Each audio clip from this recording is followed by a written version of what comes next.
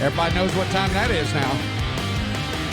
It's back in the garage time. I got my bro, the Common Patriot, over here trying to tell me how to produce things right now. I'm shutting my mouth. I'm good. Behaving myself. He's pointed twice this evening. Hey, I'm Buzz, and I am the Common Patriot. Ooh, so common. And we're back for another week of Garage Politics. Fantastic. We're all excited about that, so don't forget to jump on over to our page, garagepolitics.com, if you're nostalgic. GaragePolitics.net. Either way, they both work. They'll take you to the same place. That image will be different tomorrow when you go look at it. That's right. Here we are on midterm election night. Election Eve. This is episode 4 of our pre-election session. Pre-election. Series. Pre-election. It sounds serious. I can hear your brain turning. It sounds serious. Pre-election. I hear exactly where it's going. May cause drowsiness. No, just kidding. If your pre-election lasts too long, see a doctor. See? And you started it. Look at that. I didn't even have to do it. So head on over to our website. We want you to check out all the fun links. There's archives, everything there. Head on over to Rumble and give us a listen and get us a like, because I think actually the link right there on the page leads to our Rumble page when you click that for link the video. goes to the Rumble video. That is the Rumble video. Although we are on other social media outlets, so you can check us out on Twitter. You can check us out on Facebook, YouTube, Instagram, and still yet to come, a TikTok. Well, we have a channel. There's we have just a channel. nothing on There's it. just nothing there. So you could go there and follow us. It's just like you're following air. Yeah. The all-important air. So, Tick-tock, tick-tock. so this week, this is because it is the night before election and everything. This is our third. It's our fourth. This is number 4. The fourth and see final. See how much I pay attention? The fourth and final night for talking about election process, all the fun stuff and everything. A little bit different this week, though. I said last week or actually I said the week before that this episode would be different.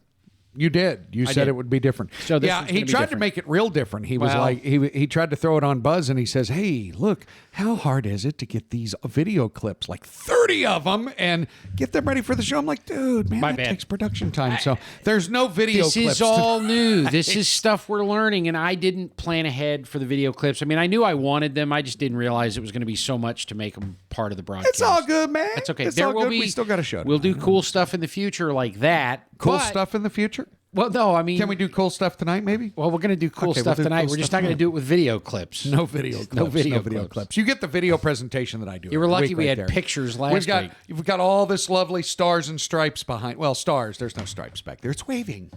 Yeah. It's, patriotic. It'll happen. For the common patriot. But I think you got something to say this week, don't you? I actually do. It's so funny. We do shows, the past couple of weeks. We've tried to stay focused on, the task at hand, on the election, stuff like that. And of course, I was being selfish. Well, I don't think anybody said that, but a couple of people were like, "Oh, we missed some Buzz segments or something." Oh, I wasn't saying anybody said it. I said it. You said it? I was selfish. Oh, you looking out for your widow butter. Gotta share space with the bro. Sweet. With that said, guess what we're going to do this week? Oh, there goes the saw.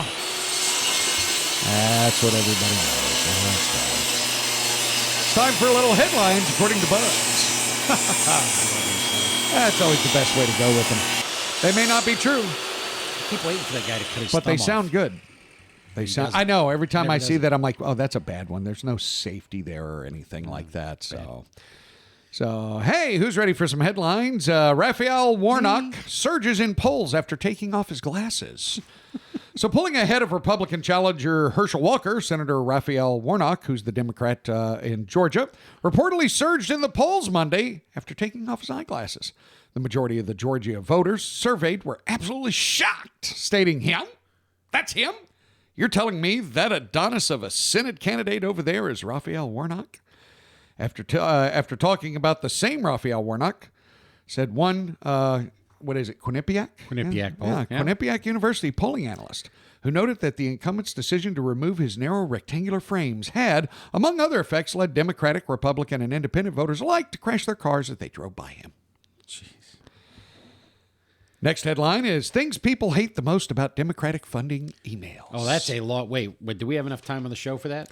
I've narrowed it down to okay. You've condensed it for us. So basically, whatever happens to the Democrats this election, Their unceasing disrespect for voters' time, privacy, and intelligence prove they deserve it. Here are the things people hate the most about Democratic fundraising emails. Go. All right. They never ask how you're doing. They don't care. They don't care. They don't care. They ask for money without promising big payouts. Now, there's the reason why the Nigerian prince was so successful. They're giving payouts. Be sure of that. Yeah. Calling you dumb money faucets. Hey, watch your mouth there, Speaker Pelosi. Did she say that? Yeah, we're dumb money faucets. Oh, my God. They're worse than I had. The hubris is amazing.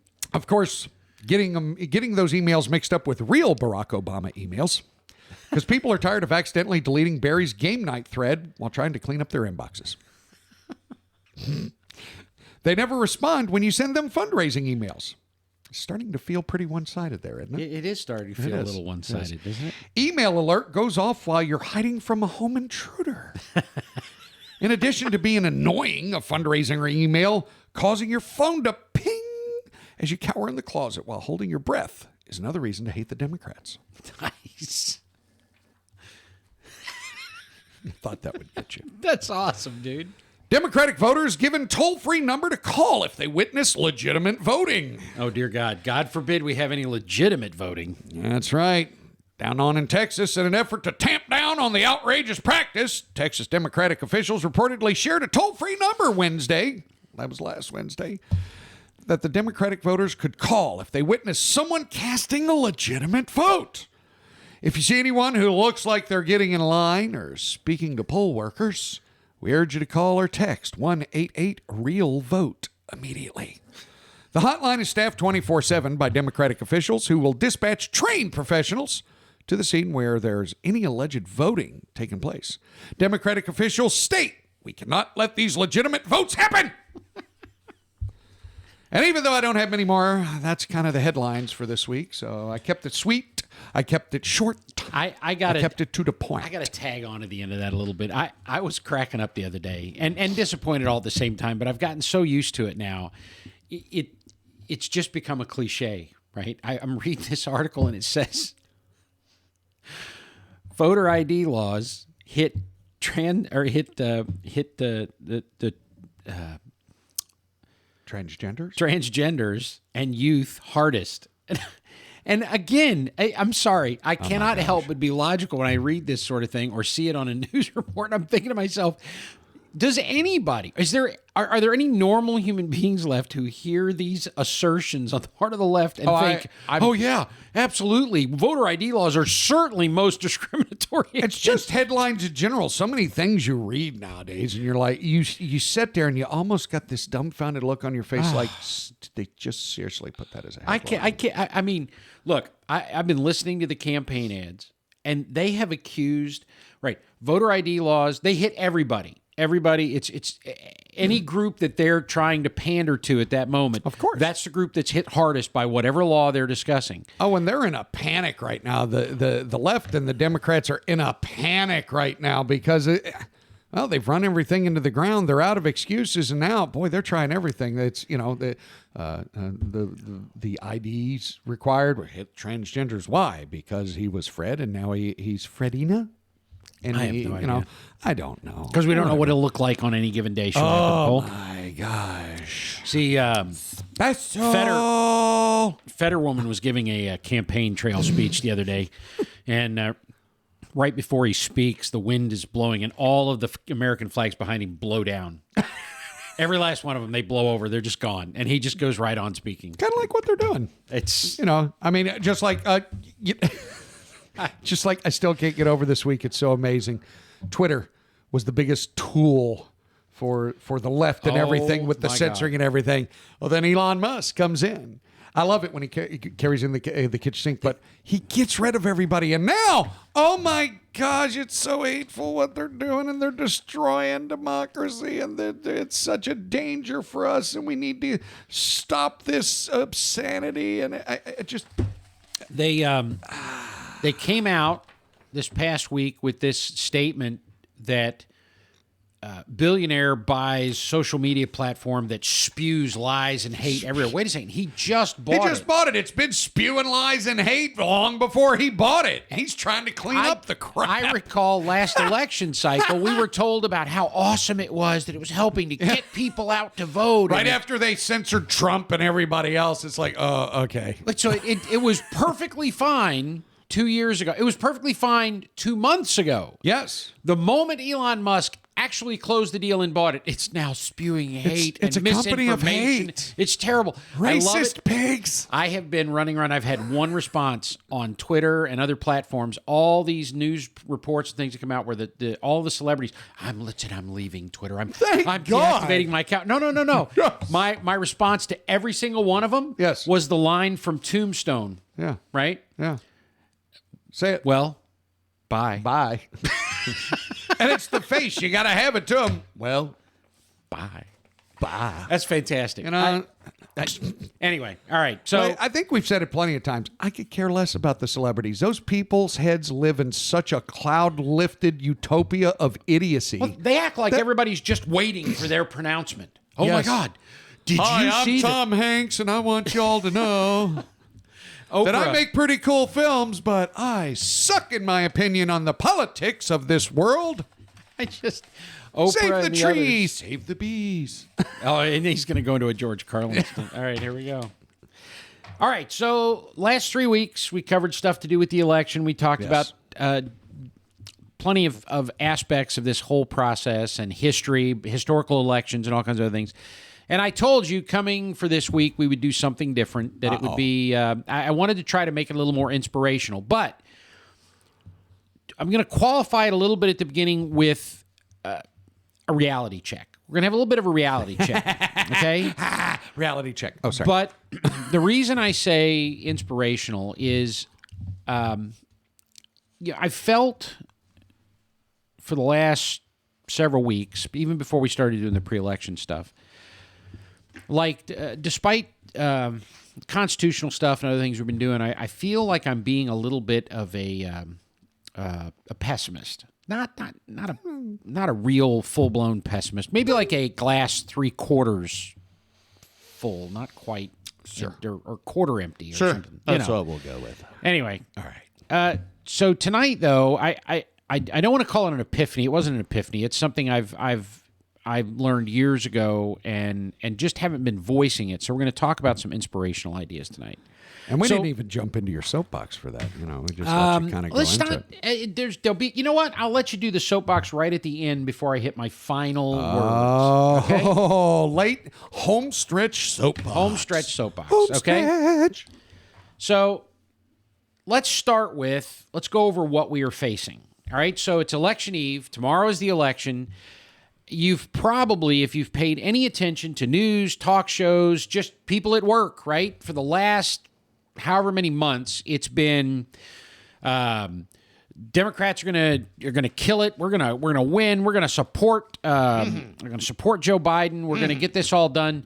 It's gonna be a red wave. It's gonna be a red tsunami. There are all kinds of ideas out there, and so let's just talk about. Let's have a little reality check about what's happening. So right now, everybody knows some of this stuff is just readily apparent, right? Inflation, we're dealing with inflation, and I got news for you. It's going to continue. Even if we win the elections tomorrow, even if we, sweeping wins in the governor's races and state houses, even if we win back the House and the Senate with wonderful majorities, if all of that happens, you still have inflation. Yep. The government has predictably done a good job at sabotaging our economy between COVID and the lockdowns at the state level, between all of the policies of the federal government, the unending spending habits, the insatiable desire of the federal government to spend. They've never met an opportunity to throw money out the window that they didn't love. And if you've been here, that is not saying the Democrats. They both do it. Check your news stories, check your history, folks. I'm telling you right now, the size of the federal government, the amount of spending doesn't substantially reduce, if at all, for any administration. I don't care what side of the aisle they're on. Nope. And the problem comes down to a bunch of spineless politicians and people who absolutely have, I don't care what they say when they take their oath of office, have absolutely disavowed their oath to the Constitution and to the Republic all the time. Happens constantly. See the reality check coming? See how this goes? We are facing, because we've been facing it now for years, and it's continued to accelerate, the destruction of the moral fiber of this nation. We're looking at it right in the face. It's happening every day, from transgenders to the grooming of our children to the increase in the number of young people now who claim that they are LGBTQIA2 plus WXYZ, whatever they are now. Okay? That's every day. I don't even remember the exact statistic. It's shocking, though, because forever, for as long as I can remember, it's been scientific polls, everything they know. You're talking 1.5%. 2% something of the population that are these alternative whatevers, right?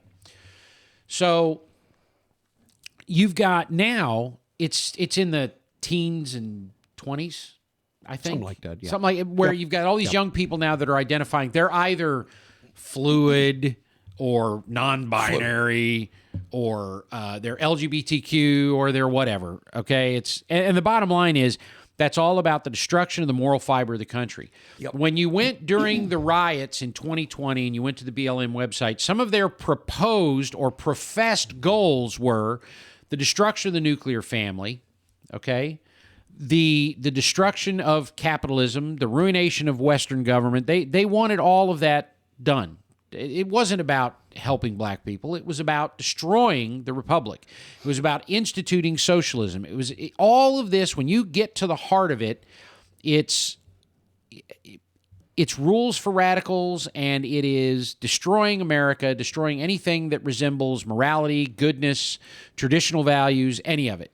And it's so bad now that our young people, I notice when you have a conversation with them sometimes, it's actually a predisposition on the part of Gen Z and millennials and what have you. They glaze over, just kind of. Well, not only that, they actually default in the other direction.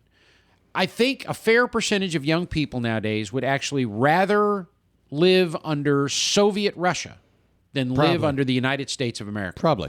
Because they haven't got the first clue what they're talking about. They don't understand what kind of system they would be looking at if they were doing that. And they always love to go, you're homophobic, or you're mean, you're racist, you're hateful, you're spiteful, you're... Well, that's their focus now. Chill out, boomer! Yeah. Right? This is an all-out assault on the traditions of the Republic. It's unending attempts to groom our children for perverted alternative lifestyles through government, public programs, education, the media, Hollywood. All of it is in league together performing that function. Because they know if they can destroy our youth, they've got the nation. There's no next generation then to fight them. Nope. And so, caveat, that's on us. That's on us. That's on parents, grandparents. That's on us to fight for those next generations to help get them across that finish line. We've always said it starts at home. I mean, heck, we were growing up, that's where it started. Schools didn't indoctrinate us and everything else. Our parents taught us life lessons, and then they were just, the core attributes. Well, and the wackos were more the exception. I know they've been peopling academia for decades, right? But it wasn't as blatant back then. No. Okay? No, it wasn't. You got a daily barrage of disparaging epithets aimed at our history, our culture, our heritage, our heroes, and our beliefs by those who see America as a stain on the world stage. The aforementioned young people and, of course, the hippies and the nutbags from the 60s who are running the nation. He said nutbag. They are, Nutbag. They're rewriting history. Right. They're doing everything they can to rewrite history. Yep. Now, I have never, ever in my entire life labored under the delusion somehow that the founders or folks in history are perfect, that they didn't have flaws, that they didn't have faults. But what we did from the founding of our nation going forward is we chose to aim for the high points. We chose to look at and strive to be better. It wasn't that we thought that George Washington or Thomas Jefferson or any of them were spectacular, okay? That was not the thing.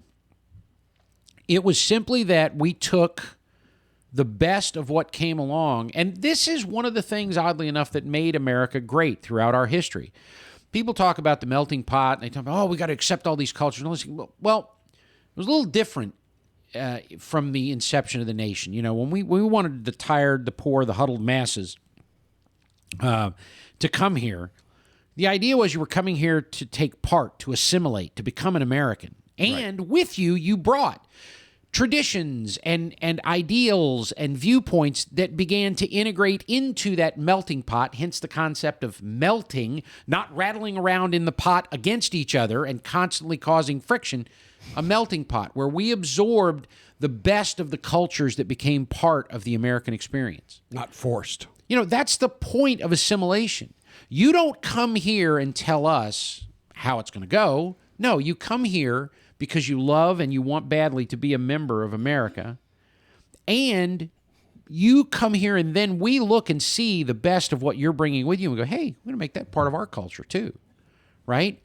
So assimilation. But nowadays, they want to rewrite the history, tell us it's all terrible. I can't tell you how offensive that was to me. Regardless, without even getting into a big discussion about which statues they tore down and whether the whole thing about tearing down statues, destroying history, because you're depriving future generations of the ability to see not only the wonderful things, but the flaws. You can't just look. We talked about that. We did a whole thing on one of the shows about that. You have to look at the flaws. You have to understand that, Now they're trying to do, they rewrite history. This embrace of socialism is another thing that has just driven me to distraction because I can't understand it. I do understand it on one level because I understand that young people see that and they think, oh, fairness, goodness, oh, this is good. Everybody gets equal because they don't have the world experience to understand that it's not. But they say that, and they don't sit there and look at the socialistic country, all these nations and failed actual countries and stuff where they went to socialism and they went. Pfft. Well, because they only see what's on the world stage today. Yes. And so they look at that and they have bought that old line. Well, it's just because it wasn't implemented properly. No, it fails every single time. Somebody posted something the other day that said, please give me a list of all the nations where socialism has worked out. And there was just blank list and it said, I'll wait. I'll wait. Give it to me. Show me any of them. The truth is it never works, ever.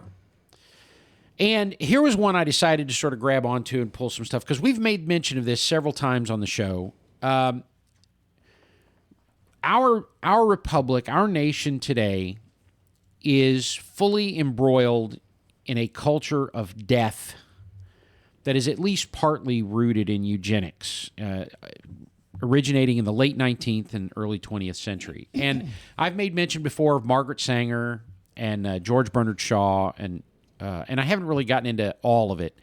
The truth is, it's kind of a big umbrella, the eugenics idea. Now, eugenics as we know it today basically came out of Charles Darwin's teachings, and it inspired his, is it his brother or his cousin? I forget which one it was. His cousin, Francis Galton, who started the modern eugenics movement in the late 19th century. And what was interesting to me, and in the interest of being fair and being honest about the stuff that I'm pulling up, right, is the number of people I found on the list of surprising eugenicists. Now, some of them I already knew, right? Charles Darwin, Alexander Graham Bell. He believed in preventing the proliferation of the deaf and dumb. Wow. Here's one for you I bet you would never guess. I would have never guessed it. Helen Keller. This is a quote from Helen Keller. She said, "Our puny sentimentalism has caused us to forget that a human life is sacred only when it may be of some use to itself and to the world." Helen Keller. There you go. Margaret Sanger, right? Now, I didn't even get to the other stuff. She's famous for founding Planned Parenthood and birth control, she said, is nothing more or less than the facilitation of the process of weeding out the unfit and of preventing the birth of defectives. I got a eugenic statement for her. Yeah. She's the equivalent of that fart I just let out. Now, here was one that I found particularly interesting. I had never heard anything about this individual being involved in this. W.E.B. Du Bois called for dividing the black community into 4 groups. He promoted marriage and reproduction within the most desirable group, what he called the talented 10th, and wanted to breed out the lowest group, which he referred to as the submerged 10th. Wow. How about that? Talk about spewing hate there. Man. Now, how about Jeez, Clarence come on, Darrow? Okay. Those of you who are historically involved will recognize Clarence Darrow as the lawyer in the Scopes monkey trial, who fought to get Darwinism taught in the schools, right? Approved to be taught in the schools. He said, chloroform unfit children, show them the same mercy that is shown beasts that are no longer fit to live. Now, there's a foul statement, man. To be fair, come on. To be fair, in 1926, he wrote an essay called The Eugenics Cult, in which he condemned the theory of eugenics. So apparently later in life, he had a change of heart. Is that after chloroforming several children? I have no idea. George Bernard Shaw, I've mentioned before. He said, we should find ourselves committed to killing a great many people whom we now leave living, and to leave living a great many people whom we at present kill. You remember, he's the one I think I said, they quoted him at one point as wanting the useless eaters to justify themselves. Yeah. He further said a great many people would have to be put out of existence simply because it wastes other people's time to look after them. Well, that's 99.9% of Democrats. How about, here's one that'll surprise you. Everybody remember the shows back in the 70s with Jacques Cousteau? Jacques Cousteau. Mr. Jacques Cousteau. I enjoyed watching the show. And I know that's getting ready to get ruined, didn't it? It is. World population must be stabilized, and to do that, we must eliminate 350,000 people per day. This is so horrible to contemplate that we shouldn't even say it, but the general situation in which we are involved is lamentable. I mean... How about just screwed up? Francis Crick, right? No. Can't wait to hear this Francis Crick was involved with DNA, right? In an attempt to solve the problem of irresponsible people, and especially those who are poorly endowed, genetically having large numbers of unnecessary children, sterilization is the only answer. Wow. Wow. Again, I said, in the interest of fairness, let's be honest. There were also entries, which I did not go through, browse through them real quick, for Winston Churchill, Okay. Teddy Roosevelt, All right. and some others that it was actually fairly surprising. This was, and again, sort of in the interest of fairness, because I've used this as a bit of a hammer to go after the left on their policies with abortion and everything like that. You have to remember, too, as despicable as it is horribly despicable. The whole thing, I don't care who was involved in it. It is absolutely despicable and unacceptable. This is the Nazis learned from these eugenicists. Their policies were based on these types of principles. Hitler's pursuit of the perfect Aryan race was based on this sort of thinking. It's just messed up, man. The idea that you had to weed out the worst of society. It really, if you think about it, it goes back to the Spartans. The Spartans and yet these did are the people worst in society, I mean, that are making these comments. Well, it's interesting when you hear the names of people that are involved in it. That you didn't even realize. Right. Yeah. I mean, it's sort of shocking. So I'll wrap up that the reality check portion of this by saying this. You've heard the nation referred to at various times, maybe you have not, I'm not sure, as the ship of state, okay? And it's actually referred to in the poem, I believe, something to do with the ship of state, "Oh, Captain, my Captain," regarding the assassination of Lincoln, right? Right, Lincoln. And I've heard people use it as an analogy over the years, the idea of the ship of state, that A nation is like a ship. When you drive a car, you take off in the car and you turn and it turns, and you hit the brakes, it stops, everything works fine. Motorcycles, all kinds of, jets, you can hit them, go, turn, do. Ships don't work that way, right? You turn the wheel, it takes a little bit to get going, it moves. Once it gets going, you got to be ready in advance to slow it down. Navigating a ship's an entirely different process, okay? There's always a little lag on what you're trying to do, and you have to be aware of that. A nation is the same way. Now, this has always been maddening because we put so much stock in the president and in the national elected officials that we have a tendency as a people to look at what's going on and to pat ourselves on the back for recognizing performance, right? So a president comes into office, we immediately start saying, if things are good on the day that person comes into office, we immediately start crediting them for all these great achievements. By the same token, if things are horrible the day a person comes into office, right, we blame them. It's, this guy's terrible. Look what's happening. Folks, it was already happening, or it was already in process. Yeah, that's what's always amazed me. It's like they come in and they're in their first 10, 15 days, and crap that's already been going on for the last 6 months, it's all of a sudden it's their fault. Right. It's their fault. And that works both ways, Democrat, Republican, okay? Yep. There's a couple of truths to deal with there. First truth is the economy is its own entity. This will be a theme I hit over and over again as we go forward, as long as we do this show. I don't care how much politicians want to take credit for everything. They want to take credit for jobs. They want to take credit for businesses, economic growth, all of these things. The president, excuse me.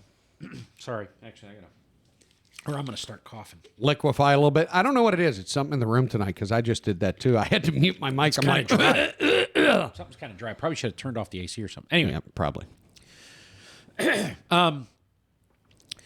We tend to give credit to these politicians. And the truth is the economy's handling that. The economy generates jobs. Individual entrepreneurs and business people. Holy cow. Sleepy Joe didn't create any of those jobs.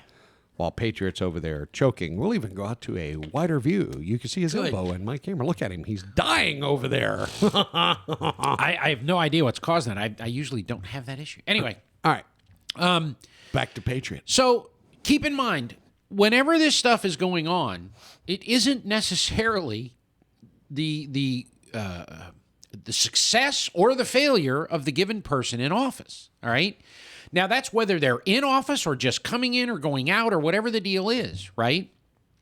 Now, the truth is, during COVID, you had a lot of policies that caused a lot of havoc, and almost all of those policies were instituted at the state level, okay? If you remember correctly, while Trump agreed with, 15 days to flatten the curve, a little bit more, this, that, and the other, he didn't close anything. He didn't accept the borders. He put in an order to close the borders for a short period of time from certain nations based on whatever. Okay. And I don't want to get down that rabbit hole tonight. But the truth is, I'm saying that to get to the point that the ship of state is already going in the direction it's going. We are not going to stop inflation immediately. I hate to be a wet blanket, but depending on the policies of the Fed and the things that go on in the economy and the kind of stuff that the government does pull, depending on the election outcome and everything else, we may never come out of it, because by the time inflation might end, we may not be a nation anymore if they don't do things properly to get this under control from an economic standpoint. Yep. Speaking, never mind. I'm not going into that. I'll save that. Don't do it. Don't do it, man. So keep that in mind. No matter what happens in the election tomorrow, good, bad, or indifferent, keep in mind, a lot of what's happening right now, the immense amounts of money that we have poured into the Ukraine, the money that has been spent on stimulus and extra programs and more, we are spending like an entire ship full of drunken sailors. Yeah, the stimulus is going to backlash eventually. There are going to be consequences to be paid. This sort of spending, this sort of profligate spending, there is never an escape from the consequences of that activity. Keep in mind, the government doesn't owe any money. So So that's where I want to go with that. So I want to, this reality check, understand. And understand going forward in the future. It doesn't really matter. Whichever administration comes into power. Now, that doesn't mean they have zero effect on what goes on. Absolutely for certain, the type of legislation that gets passed, companies make decisions based on the possibility of Fed decisions, of certain policies going in place, certain laws being passed. All of that stuff plays in. That's why the things that politicians say at these conferences, these press conferences, and that mean so much to what goes on, because a politician, quote unquote, in the know, who runs out there and starts popping off to the media, telling them about something that's going to go on, can cause numerous ripples throughout the economy, all sorts of unintended consequences. And by the way, don't think for a second that the politicians don't know it. They do it on purpose. There are many times they do it on purpose, okay? These statements that are voter suppression and all this other stuff that's going to go on, they do this sort of nonsense all the time. So that's your reality check, okay? Win or lose tomorrow, we're still going to have problems. There are still, believe me, the gas prices are going to go back up. Oh, yeah. Okay. I'm waiting for that, and then immediately they're going to, if a red wave does happen. Yes. And the gas prices go because it's the whole ghosting right now. They're basically, any of you that have been on this earth as long as we have, or even within the time period, within just a few years, should know that when elections happen, midterms, primaries, doesn't matter, when they happen, everything all of a sudden, and guys, once again, doesn't have anything to do with Democrat, Republican, but it's our government. Everything starts to trickle down, trickle down, trickle down. Oh, see, no, everything's fine. And as soon as the elections are over, that crap is going to skyrocket again. Groceries are going to go through the roof. The gas is going to shoot back up. Mm-hmm. Housing industry is probably going to go because of the interest rates. The Fed's kind of held off on releasing this. Conclusion, yeah. Yeah, the Fed's been holding off and really releasing it. Guys, it's coming. So just remember, don't think by... I don't want them to misperceive either. Voting, it needs to happen. Vote. Yes. Cast your votes. Cast your votes. But don't think it's a magical solution, that it's a one from Harry Potter or something. You're going to vote tomorrow and everything's going to be fixed immediately. It takes time. Absolutely. And, one of the things that we're looking to is for if we have the House and the Senate. Now, granted, Biden's going to fight everything. He's going to refuse to sign things and all kinds of stuff. But I believe there is some authority in the House and the Senate. There is some authority there with rescissions where they can take, for example, these 87,000 IRS agents that got approved. They can defund that. They can't reverse the process of doing that. They can control the funding of it. Yep. Okay. So there are some things that can be done. You need to defund something. You need to defund that.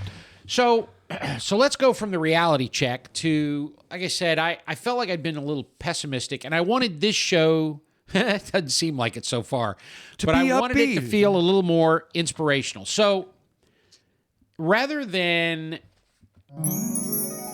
there you go. Rather than me going just on a purely patriot diatribe, I love to do this. Now, my best friends, the guys out in Texas and everybody, and Buzz knows as well, I'm a big fan of inspirational quotes. I like to look for great men and women in history, people who inspire us to do better. And I wanted to particularly look a little bit. Most of this is sort of geared towards America, okay, towards our leaders and that. And I didn't do a wide stretch of them either. I sort of focused on a handful of people, but we're going to start it off with some quotes I pulled from Rush Limbaugh. And out there's probably somebody going, oh my God, Rush. Now wait a second. I told you before, I know I've said it before on the show, but I'll reiterate it. In 1988, I was at the Merchant Marine Academy on Long Island, New York. And that was the first time I heard Rush on WABC in New York. And I was hooked from the beginning. This guy was amazing. He was fantastic. And I listened to him from then until the day that he passed. And over the years, you had these things, you had Rush babies and all kinds of things that came along. But over the years, you had the EIB Institute, right? You never graduated. You're always learning from that. And I realized the other day, it was a couple of weeks ago when I was preparing for the second election show. I realized that all this stuff we were talking about, it's not that I was trying to be down. It's just that everything was about it was Joe Biden and the Congress and this terrible stuff and transgenders and grooming kids and all of these things. All of us, it felt like we were all getting into this mode where we were just looking at the muck. Mm-hmm. We're looking at all of the muddy water and the destruction and the terrible things and the potential horrible things coming down the pike and the destruction of the republic and all of it. That may well be the case. All kinds of things can happen. I don't know what the end is. I don't know what happens 10 seconds from now, much less 10 hours, 10 days, 10 months, 10 years, okay? For all empires, for all nations, at some point there will come an end. That happens, right? And there'll be some other stuff at the end for that too. But I want to go through some of these quotes I pulled from Rush Limbaugh. Now, a couple of these are a little lengthy, not super lengthy, but okay. But I do remember one, and he was doing it right up to the time that he did his final show. I remember after he had been diagnosed with cancer and everything, and he got a call from a listener who said, "Rush, you always tell us not to panic. That you'll tell us when it's time to panic." And the caller said, "Is it time to panic?" And this was Rush's response. I thought this was fantastic. He said, "It's never time to panic because we're never going to give up. We're never going to stop believing in America." That, just so you know, that quote, when that came into my head, it just hit me, when I was prepping for that show, the second of our pre-election shows, that was the inspiration for doing this. Because all of a sudden I realized that in some ways, I'd kind of been looking at everything wrong. No, you don't ignore the problems. You don't ignore the things you have to address, but you take them head on, and you never panic. You never give up for a variety of reasons. Not just because we're patriots and Americans, but because we believe that God is in control. I'm not afraid of what's coming. I'm not afraid of tomorrow. I'm not afraid of Joe Biden or Nancy Pelosi or any of the others. Because I know how the story ends, so I'm all right, right? But I also have commented, and it is true, that it pains me to watch the Republic be in the place that it's at now. It pains me sometimes. And this quote made me remember what had probably kept me listening all those years to Rush Limbaugh, because even with all of the wonderful political analysis and understanding where the left was coming from and criticizing the Republicans when they weren't doing what they were supposed to be doing and going after both, right? Rush always uplifted. He always kept you focused on the idea that we're Americans. We can do anything we put on. The message from Ronald Reagan was absolutely true, right? Here's another one. Now, for those of you who may get a little butthurt because I'm talking about liberals in particular, right? I apologize in advance, but this is just, it is what it is. Admin at GaragePolitics.net, and we'll send you a micro pack of tissues to cry into. So this is a direct quote from Rush. The liberals, you see, do not want to confront conservative ideas. They just attack conservatives as a group, and particularly their motives. If you believe what they say about us, you would think that if someone like Bill Bennett or Jack Kemp or myself were driving through South Central Los Angeles and looking at the slums and poverty, we would go, "Oh man, this is great. They've got nothing, so that means we get more." It's simply preposterous. We all want to live in a great country. And for the country to fulfill its potential, you need individuals to be the best they can be, not the government taking care of people. That was another one of those core things for Rush. He reiterated that over and over and over again. We do not want the government taking care of people. And despite what the left will tell you about conservatives, we do not want to see people hurting. We don't want people with less. We want everybody doing better. This is why everyone was so excited when the news came out during the Trump administration of the historically low unemployment across the board for everybody. Men, women, black, Hispanic, Asian, everybody. Low unemployment. That was fantastic news. The nation was prospering. That's what we wanted. Okay, here's another one. Now, what is the left's worldview in general? What is it? If you had to attach not a philosophy, but an attitude to a leftist worldview, it's one of pessimism and darkness, sadness, They're never happy, are they? They're always angry about something. No matter what they get, they're always angry. I want you to think about the last few years, going back into Trump's administration, back to the day he announced he was running for president. Imagine for yourself anybody that you know who's a leftist, okay? Up to the point that Joe Biden was actually elected and inaugurated. And actually, even after that, it's continued. It's not like it stopped. How many happy liberals, leftists, Democrats do you know? They're not happy. There's always, everybody's oppressed. Everybody's a victim. They want more. They don't get enough. We're not spending enough. We don't pay enough attention to all of the people who have grievances against the United States. They're never happy. It's true. If you actually analyze it and watch it, they're just never happy. Even when they appear to be happy, they're having kids, they're living their lives, doing anything. At the heart of it, they're still miserable because the world isn't doing things the way they want it done, and they're unhappy about it. I thought that was inspirational. All right. Here's the last one from Rush. Let me tell you who we conservatives are. We love people. When we look out over the United States of America, when we are anywhere, when we see a group of people, we see Americans. We see human beings. We don't see groups, and we don't see victims. That is a true statement.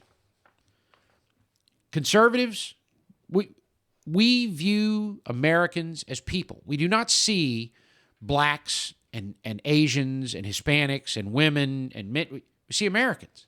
What has Buzz and I said on the show, right? You and I have talked repeatedly about not being a Republican, not being an American. That's what it's about. Not defining yourself by a group. Right. Being an American. Plain and simple. We don't want to balkanize the nation. We don't want a bunch of little groups out there nitpicking with each other. We want Americans. Because the beauty of being an American, you can agree to disagree. You can have different opinions. You can have different religious views. You can have different everything and still get along because you're an American first, and that's what matters. Yeah. Be an American. Choose America. Exactly. I love Choose that. America. There we go. Said that one with the chest. Did you now? Did you get that one with your chest? No, just kidding. I do. I left that out, didn't I? Here he goes through his notes. Yeah, I think one of the next things on our list is a teleprompter. Yeah. No, we don't need a teleprompter. So, from Rush Limbaugh, let's go to George Washington. And one of the victims, by the way, of me screwing up the whole video thing is that I had some stuff from Reagan that I couldn't do. I couldn't get it done quick enough. My bad. I blew that. George Washington. Now, these are not specifically, strictly upfront inspirational in that sense, but I think they go to the character of the American people. You know, one of the things that Reagan never ceased to do when he was president was to uplift the American people, to remind us that whatever we put our minds and our hearts to, we could accomplish. We could do it. That he wasn't even the least bit worried about that he knew the American people would come through. He had unshakable faith in America and in her people. That's something you don't find in most administrations nowadays. Now, you find it in Trump's administration when he was in power. You find it in guys like DeSantis here in Florida and certain others. But the beauty of Reagan was he was just unashamed to be completely pro-America, you know? So here's some quotes from George Washington.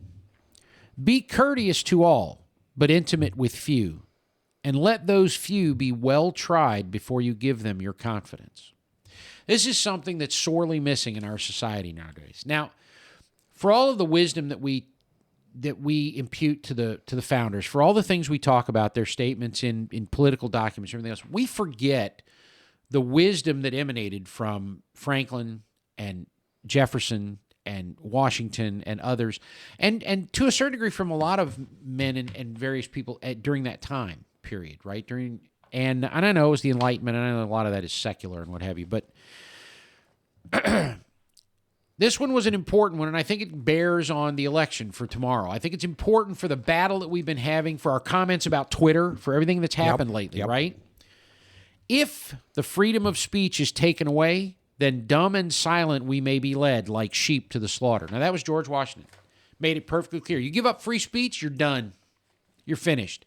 That's why it's absolutely essential that we continue fighting that battle, regardless of what happens tomorrow in the elections. So that's the inspirational point on that one. It doesn't matter. We take the House, take the Senate, whatever we do, the fight for free speech can't end, cannot stop. It has to go on every day, everywhere. And sometimes, well, and even if we lose drastically tomorrow, if I shouldn't say we, if it continues on the current path, yeah, you can't give up, guys. No. You can't give up. You just, all right, we'll wait our time out. Continue to speak out. Continue to disapprove. Continue to make sure known. Look, once again, look into the truth. Look into the facts. Don't just settle for what happens. Right. And no, we're not telling you to go out and tear crap up. No. That's stupidity. But back to Rush's quote, we will never give up. We'll never stop believing in America. To the bitter end, down to the last moment. Choose America.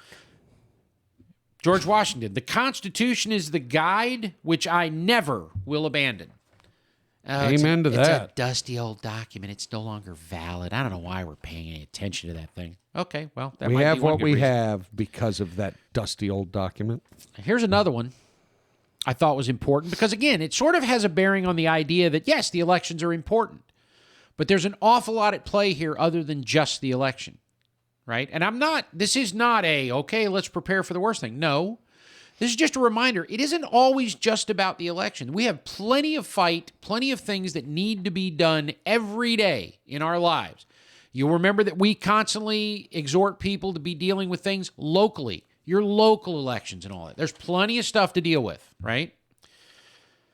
Let us with caution indulge the supposition that morality can be maintained without religion. Reason and experience both forbid us to expect that national morality can prevail in exclusion of religious principle. That's a truth. That's an immutable truth. The founders knew it, and we should know it. And we should know it in our lives every day. Arbitrary power is most easily established on the ruins of liberty abused to licentiousness. Arbitrary power. What are we dealing with today? You got people that they're flaunting the Constitution, flaunting the law. We're not going to enforce the law. You got the left telling us they're not going to defend the border, not going to close down the border. We're not going to follow the immigration laws. We're going to keep bringing people in. We don't care that there's a law. We'll just change the election law to suit our needs. We'll do it. Don't worry about it. Nobody's going to stop us. They don't have the guts. They don't have the fortitude. They don't have the moral fortitude to stand up to us. I think that's changing, folks, and that's encouraging. And then this last one, because I thought this was eminently suitable for the night before the election. The time is near at hand which must determine whether Americans are to be free men or slaves. If we cease to fight, if we cease to stand up for the truth, if we cease to stand up for what is right, we will be slaves. And like sheep, we will be led to the slaughter. So those things are true. Now, I mentioned once before on the show, I think I put it on Facebook one time. I put it somewhere. Anybody know about have you ever read the excerpt from Teddy Roosevelt's speech about the man in the arena? I know you can't answer me right now, so it was a rhetorical question, obviously. There's a short piece of that gets read a lot, gets spread around a lot. I've read it, I don't know how many dozens of times over the years, but I found a longer piece I'm just going to go ahead and read here as we roll down near the end of the show. Because I thought it was interesting, some of the other points that were made besides just the idea of competition and striving to succeed and doing, which was sort of the tenor of the piece that you see all the time. There's more to it. And I haven't even taken the whole speech, obviously. I've just taken an excerpt from it. But here's how it goes. I'm going to take my glasses off for this. Makes it easier. Let the man of learning, the man of lettered leisure, beware of that queer and cheap temptation to pose to himself and to others as a cynic, as the man who has outgrown emotions and beliefs, the man to whom good and evil are as one. The poorest way to face life is to face it with a sneer. There are many men who feel a kind of twisted pride in cynicism. There are many who confine themselves to criticism of the way others do what they themselves dare not even attempt. There is no more unhealthy being, no man less worthy of respect than he who either really holds or feigns to hold an attitude of sneering disbelief toward all that is great and lofty, whether in achievement or in that noble effort which, even if it fails, comes second to achievement. A cynical habit of thought and speech, a readiness to criticize work which the critic himself never tries to perform, an intellectual aloofness which will not accept contact with life's realities. All these are marks not, as the professor would feign to think, of superiority, but of weakness. They mark the men unfit to bear their part painfully in the stern strife of living, who seek, in the affectation of contempt for the achievement of others, to hide from others and from themselves their own weakness. The role is easy. There is none easier, save only the role of the man who sneers alike at both criticism and performance.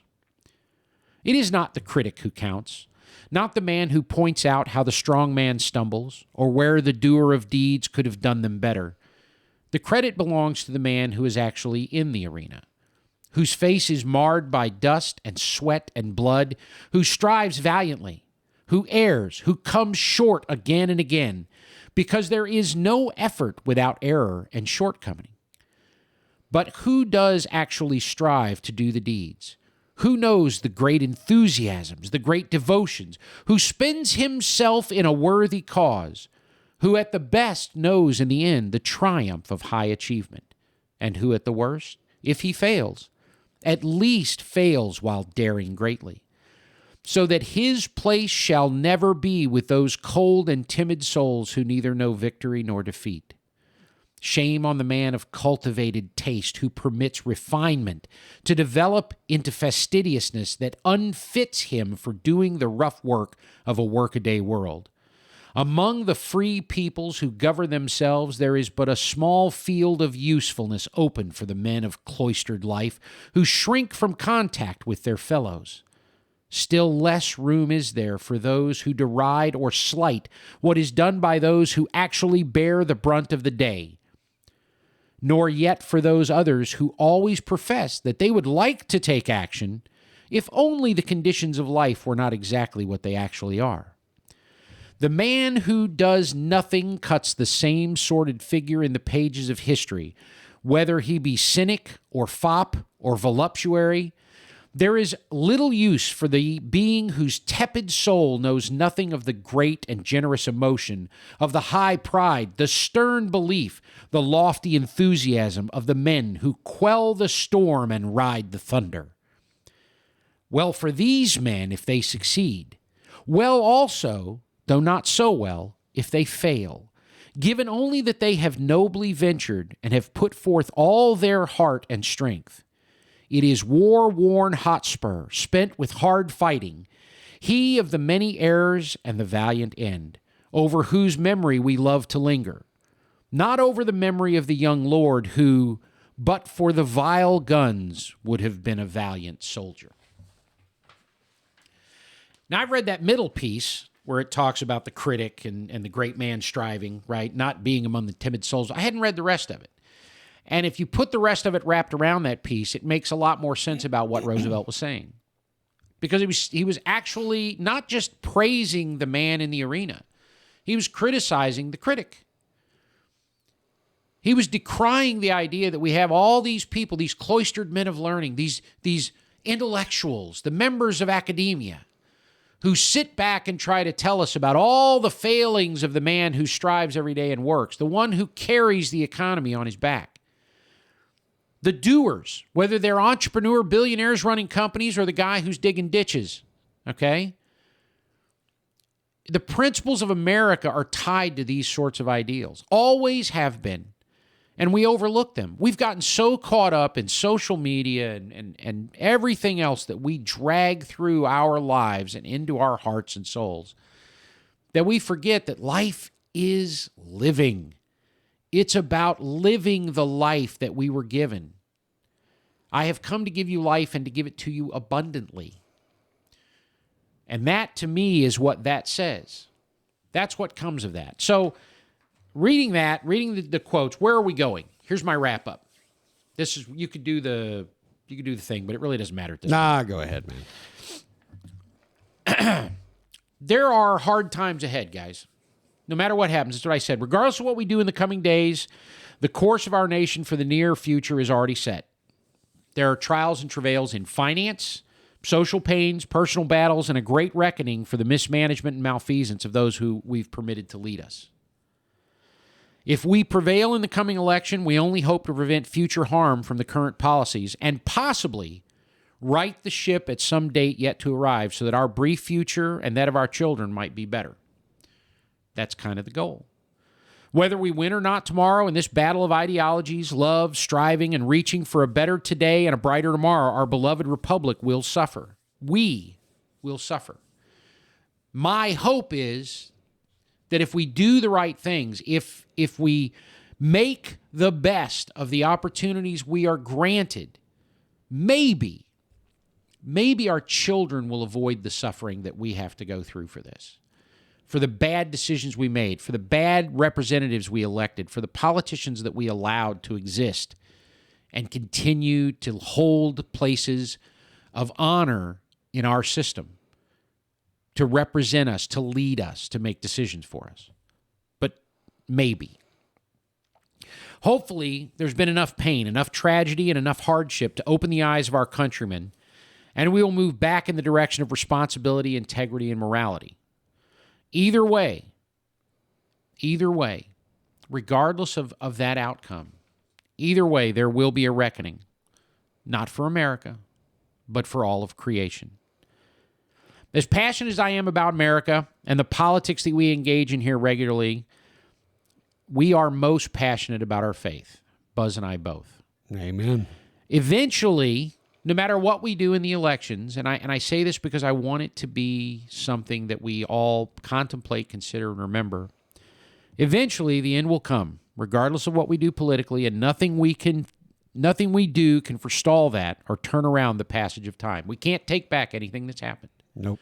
You can't take back a word. You can't take back an action. It's all transpired. It is what it is. When you harm that person next to you, you can't take that back. Nope.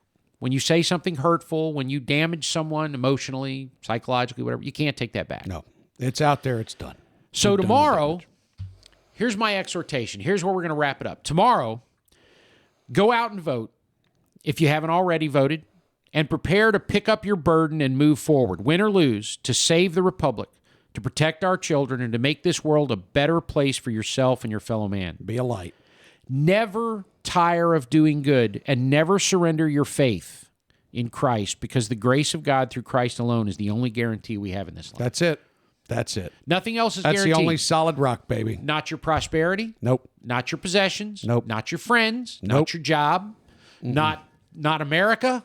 Not Russia. Not China. Nothing is guaranteed. It's all temporary. And it will all fail. After that, nothing else really compares. So whether you agree with your neighbor on politics or not, whether that person at work is what you call a good person or not, just remember that God loves us all. You may have been born a patriot, but above all else, you have been called, whether you answer that call or not, you are called to serve his purpose.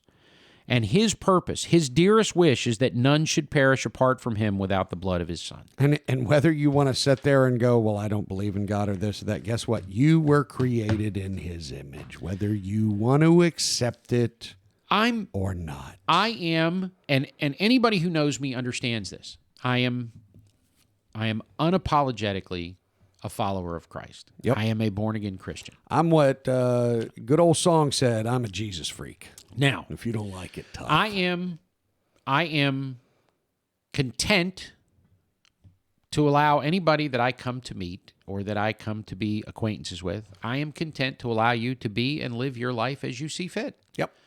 It is your right as a child of God to live your life. He gave you free will. Free will, baby. You live your life any way you want.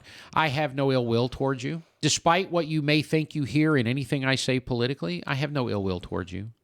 I want you to prosper and do well. It is my most earnest wish that you come to accept the love of God. You don't want to do that? That's fine. That is not something that comes between us as human beings and causes me to wish you harm or anything else. Not at all. It is the distinct difference between Christians and conservatives and the folks on the left. Okay?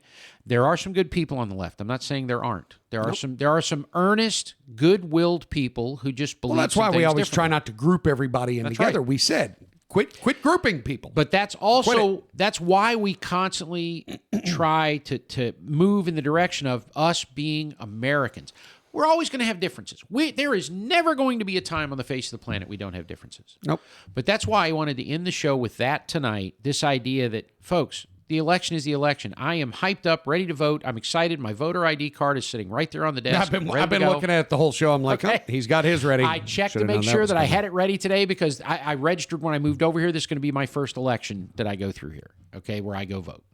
So this is, it's important, guys. It's important. So after 4 weeks. Do your duty, guys. Vote. After 4 weeks now of us talking about the pre-election setup and talking about past election and everything else, just remember, we're all Americans. We can agree to disagree on things. Now, we've got some serious disagreements on certain things, but you know what? We've got to find a way to come together to save the republic, because one of the things that I tried to pull from Reagan tonight was his speech about a shining city on a hill. Yep. Okay?